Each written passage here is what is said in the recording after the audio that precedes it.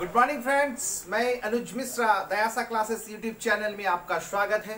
बात करेंगे इस वीडियो में अर्थशास्त्र पर, इकोनॉमिक्स पर।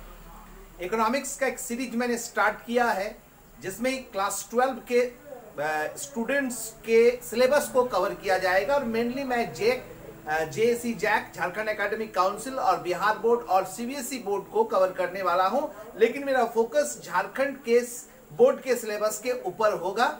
हालांकि ये सिलेबस पूरे इंडिया के 12 के जो इकोनॉमिक्स के सिलेबस है से मैच करता है, लेकिन मेरा जो पैटर्न होगा वो मैं झारखंड बोर्ड के पैटर्न को फॉलो कर रहा हूं। बाकी फायदा सभी को होगा।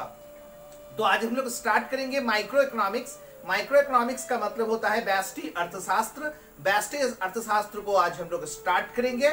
तो चलिए स्टार्ट करते हैं माइक्रो इकोनॉमिक्स। माइक्रो इकोनॉमिक्स दोस्तों, माइक्रो इकोनॉमिक्स जो है ये इकोनॉमिक्स का एक पार्ट है। इकोनॉमिक्स का एक पार्ट है।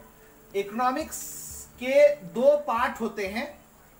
इकोनॉमिक्स का दो पार्ट है, एक को कहते हैं माइक्रो और दूसरे को कहते हैं मैक्रो।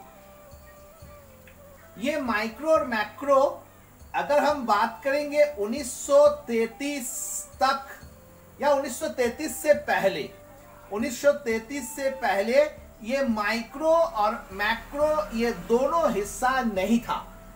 अर्थात 1933 मतलब 1932 या उससे पहले 1931, 1930, इसके पहले के समय की बात करेंगे तो ये इकोनॉमिक्स के दो पार्ट माइक्रो और मैक्रो नहीं थे। तभी एक ही पार्ट था या एक ही विषय था और वो था इकोनॉमिक्स।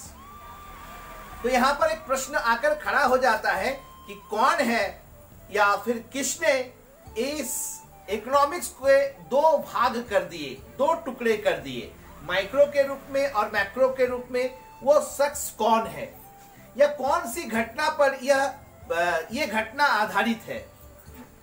और बात यह है कि ये इकोनॉमिक्स जो है, ये इकोनॉमिक्स दुनिया में आया कैसे। दोस्तों, दुनिया का कोई भी ऐसा विषय नहीं है जिसके बारे में यह कहा जा सकता है कि यह जन्म कब लिया, किस वर्ष इसका जन्म है। यानी जन्म की कोई कहानी नहीं है। ना फिजिक्स की है, ना केमिस्ट्री की है, ना बायोलॉजी की है, ना मैथ की है, या तमाम सब्जेक्ट की है। किसी भी विषय की कोई भी जन्म स्टोरी नहीं है, बर्थ स्टोरी नहीं है। लेकिन दुनिया का एक लौता सब्जेक्ट है इकोनॉमिक्स जिसकी बर्थ स्टोरी है, जन्म की कहानी है और इसका जन्म का साल भी है। हाँ दोस्तों, जैसे कोई भी अगर नया राज्य बनता है, कोई भी नया राज्य बनता है तो वह पुराने राज्य से कट के बनता है। मैं एग्जांपल लूं तो बिहार से कटकर बिहार एक बिहार रह गया और बिहार से कटकर एक राज्य बन गया झारखंड। उसी प्रकार बहुत सारे राज्य ऐसे हैं हमारे देश में जो एक राज्य से कटकर एक स्वतंत्र राज्य बना है। जैसे बिहार से कटकर बिहार का हिस्सा बिहार रहा और बाकी एक हिस्सा झारखंड के रूप में बना 15 नवंबर 2000 को। तो ठीक इसी प्रकार की एक घटना है इकोनॉमिक्स के जन्म होने की। देखते हैं दोस्तों, एक सब्जेक्ट है, ये सब्जेक्ट की जानकारी आपको भी है। इस सब्जेक्ट का नाम है पॉलिटिकल साइंस। पॉलिटिकल साइंस से 1776 ईस्वी को स्कॉटलैंड का एक व्यक्ति, स्कॉटलैंड का एक विद्वान, स्कॉटलैंड का एक स्कॉलर जिसका नाम था एडम स्मिथ ने पॉलिटिकल साइंस को काट कर दो भागों में बांटा। मतलब इसके अंदर से कुछ ऐसे एलिमेंट्स हैं, उसे निकालकर उसने एक नया सब्जेक्ट का नाम दिया जिसे इकोनॉमिक्स कहा गया और पॉलिटिकल साइंस रह गया। पॉलिटिकल साइंस रह गया, यानी पॉलिटिकल साइंस का जो हिस्सा है वो पॉलिटिकल साइंस रह गया और पॉलिटिकल साइंस के अंदर से ही एक हिस्सा काट के निकाला गया जिसे इकोनॉमिक्स नाम दिया गया, अर्थशास्त्र नाम दिया गया। तो ये जो अर्थशास्त्र है, ये अर्थशास्त्र का जन्म जो है ये पॉलिटिकल साइंस से हुआ है और पॉलिटिकल साइंस से कब हुआ है? 1776 में हुआ है। इसने जिस एलिमेंट्स को पॉलिटिकल साइंस से निकाला उस एलिमेंट्स को उसने एक किताब के अंदर डाला, मतलब उसका एक किताब रचना किया, किताब तैयार किया और कई जगह से बिखरे हुए तत्वों को वह कलेक्शन करके उस किताब के अंदर में डाल दिया। और किताब के अंदर में डालने के बाद उस किताब का नाम दिया, क्या नाम दिया? उस किताब का नाम दिया an inquiry into nature and causes of wealth of nation. ये इस किताब का नाम दिया, an inquiry into nature and causes of wealth of nation.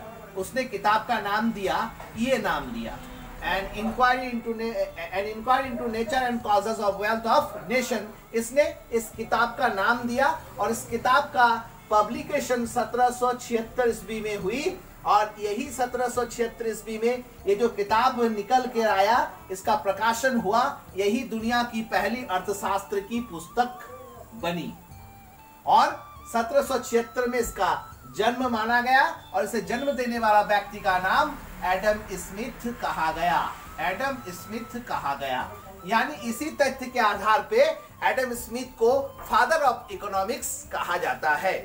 Father of economics क्यों कहा जाता है?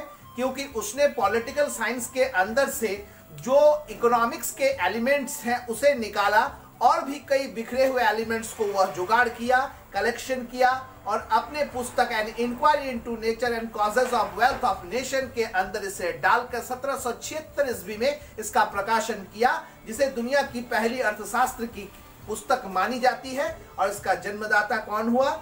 एडम स्मिथ हुआ, जिसके वजह से एडम स्मिथ को फादर ऑफ इकोनॉमिक्स कहा जाता है।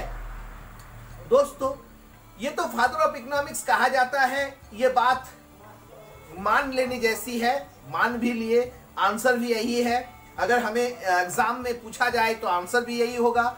अगर पूछा जाए एडम स्मिथ के द्वारा लिखी गई पहली पुस्तक क्या है, तो ये an inquiry into nature and causes of wealth of nation का नाम ही लेंगे। हालांकि इसे शॉर्ट में वेल्थ ऑफ नेशन कहा जाता है, हालांकि इसे शॉर्ट में वेल्थ ऑफ नेशन कहा जाता है, वेल्थ ऑफ नेशन कहा जाता है।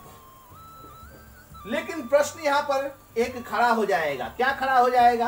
कोई प्रश्न आपके मन में आ रहा है? मैंने बताया पॉलिटिकल साइंस के अंदर से इसे काट कर निकाला एडम स्मिथ ने। क्या आपके मन में कोई प्रश्न, आपके दिमाग में कोई प्रश्न आ रहा है? अगर आपके दिमाग में कोई प्रश्न आ रहा है तो आप निश्चित रूप से मेरे शब्दों को, मेरे वाक्यों को बड़े ध्यान से सुन रहे हैं। अगर आपके मन में कोई प्रश्न नहीं आ रहा है तो आप सीरियस नहीं है। तो मैं यहाँ पर एक प्रश्न चिन्ह लगाने वाला हूं। प्रश्न चिन्ह क्या है? प्रश्न चिन्ह को सुनिएगा। मैं यहाँ पर एक प्रश्न चिन्ह लगाने वाला हूं। प्रश्न चिन्ह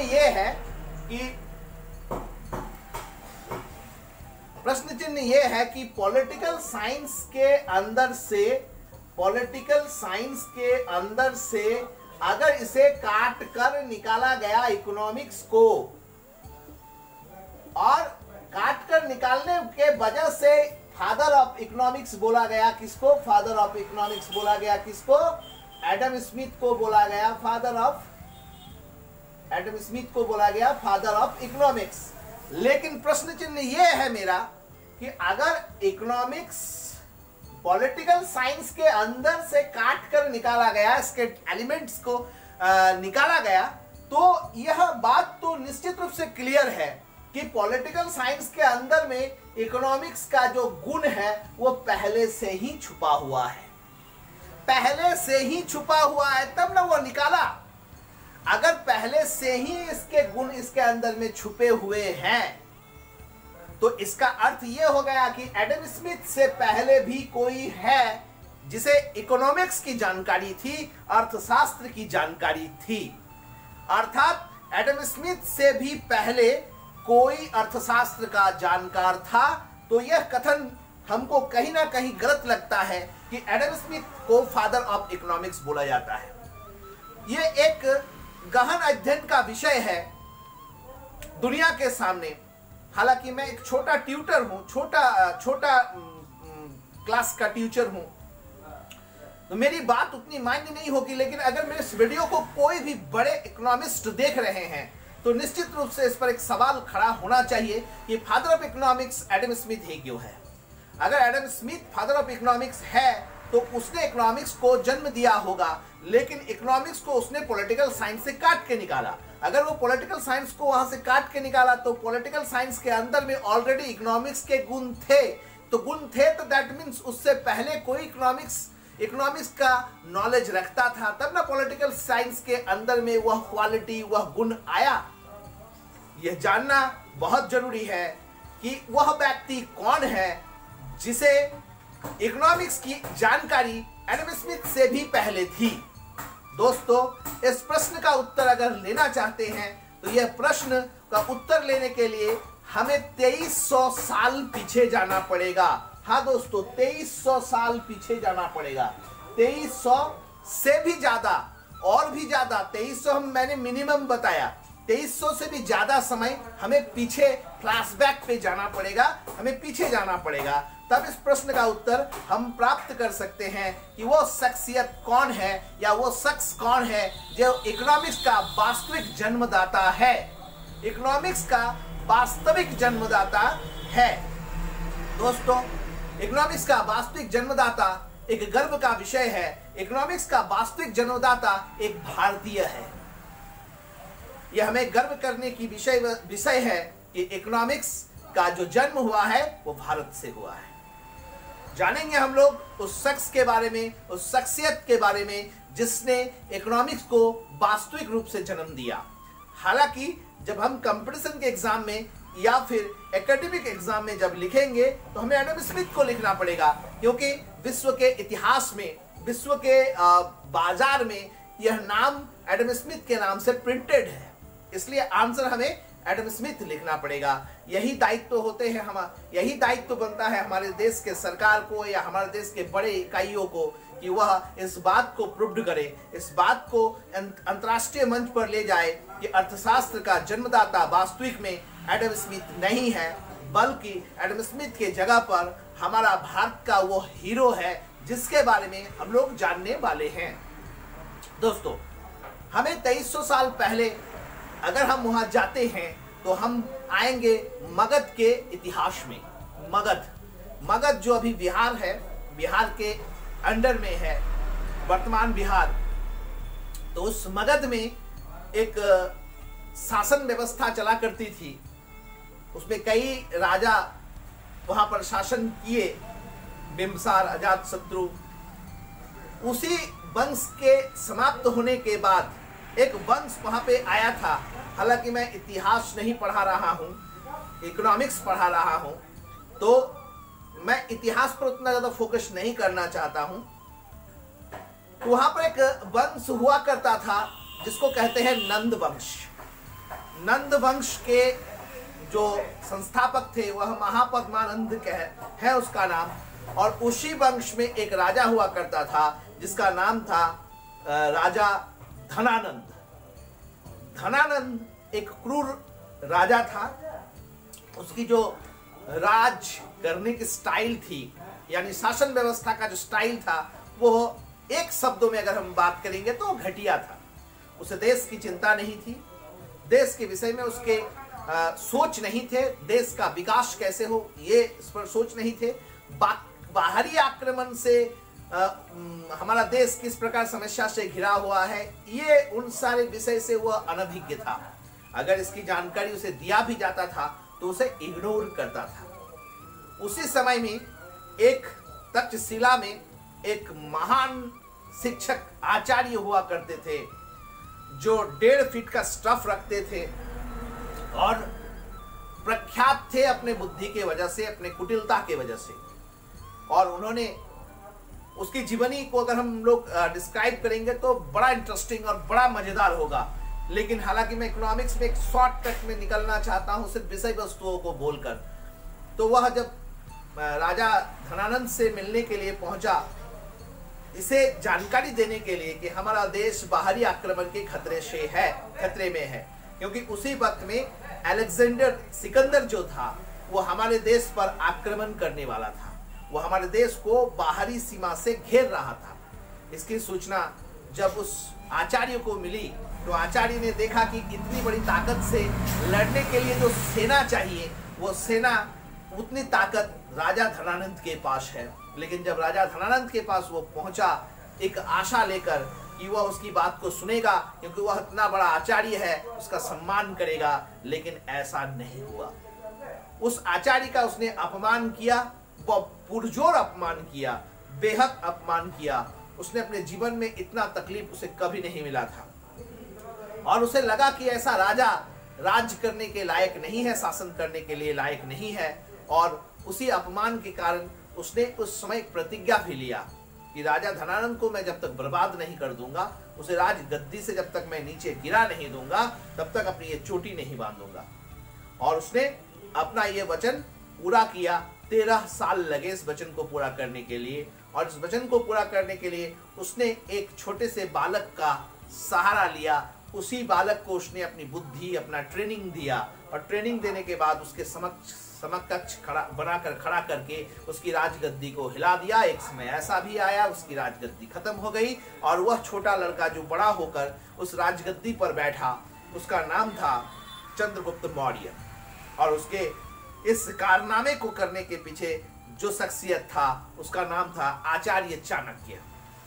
आचार्य चाणक्य को कूटनीतिविद होने के वजह से उसे कौटिल्य भी कहा जाता था, लेकिन उसका वास्तविक नाम विष्णु शर्मा गुप्त था, विष्णुगुप्त शर्मा था।